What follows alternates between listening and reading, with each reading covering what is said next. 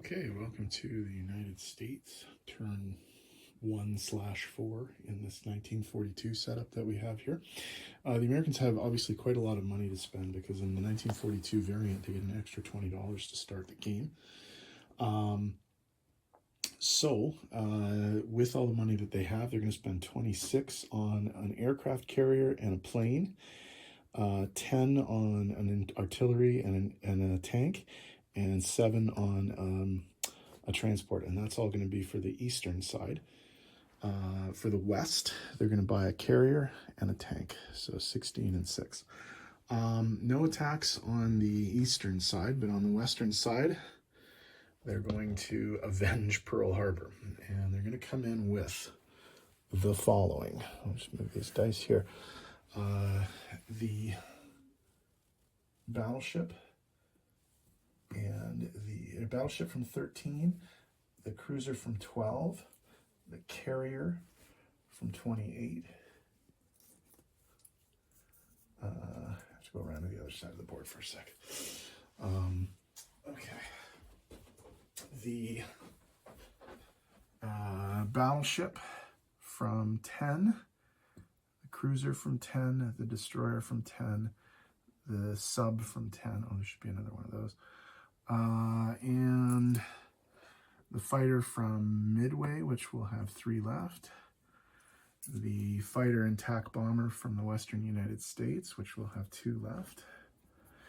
And this is basically overkill because,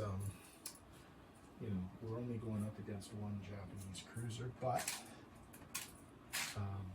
might as well just roll it. Okay, if I've got this correct, we have 3 fighters. Yes, 3 fighters, 2 cruisers, 2 tacks, 2 battleships, a destroyer, and a submarine. Actually, the submarine can fire first because it has target select. So why don't we just do the sub and see if there's any way that the Japanese cruiser gets. Yeah, they are going to get another shot. So they're killed with about 1 million hits. That was a no-doubter. They do get fire back, and they hit. So we will lose a submarine and not damage any of the battleships or anything like that, because we do want as much defense as we possibly can have.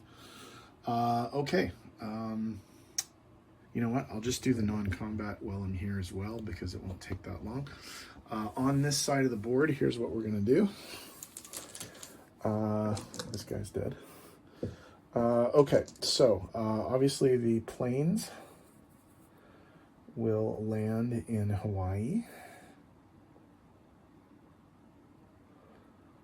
So those are these guys. I didn't mark this, but this guy's going to come forward to 25 as a blocker in case the Japanese fleet tries to come into Honolulu. The 2 transport ships are going to load up. Remember, these are enhanced transports, so they're going to load up 2 infantry, an artillery, a mech, a tank, and an anti-aircraft, and they're going to sail to Hawaii and drop off there. So we're going to get a lot of stuff on Hawaii. They're also going to take the bomber and drop off in Hawaii with 2 airborne infantry from the bomber. So Hawaii is looking pretty big there. You know what? Just while we're in the area, we're going to walk this guy from Alaska down into Western Canada. And that's everything on this side of the board. Okay, on the Atlantic side of the board, that's a pretty good angle there. Okay, so again, your enhanced transports here are going to pick up 4 units. They could pick up 6, but they're only going to pick up 4 units. They're going to pick up a tank, 2 mechs, and an artillery, and they're going to take them down to Brazil. And they're going to activate Brazil for the Americans. Whoops, didn't put the Venezuelan unit on there. So that's that. So we'll activate Brazil. The infantry from Central is going to move into Eastern, not that it matters that much. The plane from Washington is going to move into the C zone because there's going to be a carrier coming on board there. And the transport there will take 2 infantry to London. So we'll just fly those guys over here and join the British in their space there. Okay. All right. In terms of placement of new units, we're going to put our new carrier in C Zone 101 with the plane on it. So that's a fully loaded carrier. We're going to put our tank and our artillery in Washington. We're going to put a transport in C Zone 101. And then over on the Pacific side, we're going to put our new carrier here, and we're going to put our tank here. Okay, I think that's it. So we'll have a look at income for the United States. The only thing that's changed is that Brazil puts them up 2. So they'll go from 50 to 52, tied with the Japanese. Both at 52 right there. In terms of bonuses that the Americans have, they don't control any of those islands. They don't have any ground units in Casablanca. They are no longer neutral. For each original U.S. territory, they